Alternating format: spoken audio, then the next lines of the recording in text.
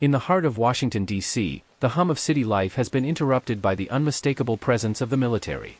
Uniformed National Guard troops stand watch on street corners.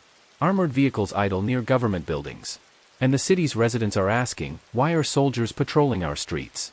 Earlier this week, President Donald Trump announced the deployment of approximately 800 National Guard troops to the nation's capital. His stated mission, to support the Metropolitan Police Department in cracking down on what he calls a dangerous surge in violent crime. But for many, this move is less about safety and more about power. The announcement was met with swift backlash from city leaders. The mayor of D.C. called the deployment unsettling and warned that it could inflame tensions between law enforcement and the public. Civil rights advocates say the decision blurs a line that should never be crossed, the line between civilian policing and military enforcement. To understand why this moment is so significant, we have to go back nearly 150 years, to the Posse Comitatus Act of 1878. This law was designed to prevent the U.S. military from engaging in domestic law enforcement, a safeguard born from the painful lessons of Reconstruction-era abuses. While the National Guard operates under different rules than active duty troops, their use in civilian policing has always been controversial.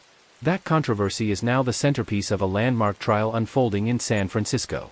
Civil rights attorneys argue that recent military deployments, including Trump's latest move in D.C., violate both the letter and the spirit of the Posse Comitatus Act.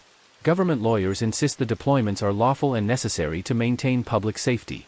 The outcome of this trial could redefine the balance of power between the federal government and local authorities. On the streets of D.C., the protests are growing.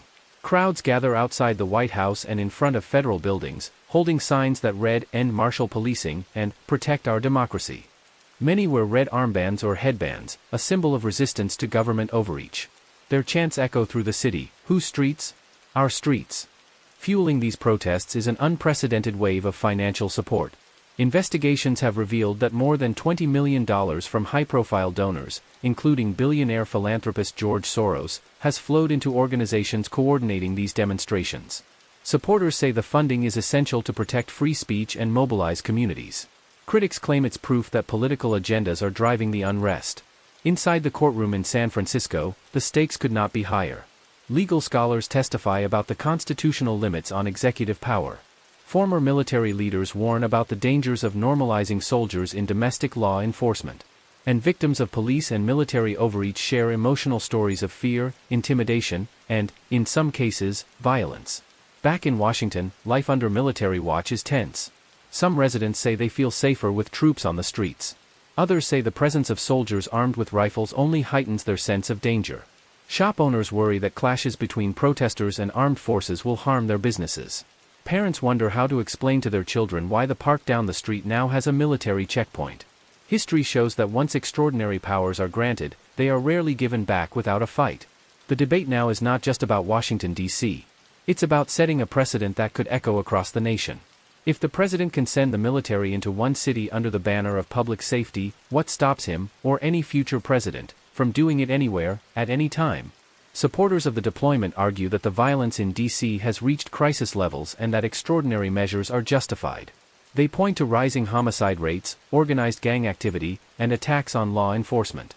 They say that failing to act would be a dereliction of duty. Opponents counter that this is not about crime at all. They say it's about consolidating federal power, undermining local governance, and eroding civil liberties. They warn that once the military becomes a routine part of policing, democracy itself is at risk. This is the battle playing out in real time, in the streets, in the courts, and in the hearts of Americans deciding which vision of the future they want to fight for. As the trial continues, as protests swell, and as the soldiers remain on the streets of D.C., one question looms large: where is the line between protecting public safety and dismantling the freedoms that safety is meant to preserve? In the days ahead, the nation will watch for the verdict from the San Francisco courtroom. That decision will not just determine the fate of this particular deployment. It will send a message about who controls America's streets, about the limits of presidential power, and about how far we are willing to go in the name of security. Because once soldiers are a common sight in our neighborhoods, once the sound of boots on pavement becomes normal, the America we know may be gone, not with a sudden coup, but with a slow, quiet shift that most people didn't notice until it was too late. This is not just a story about Washington, D.C. It's about the soul of the nation. And right now, the whole world is watching to see which way that soul will turn.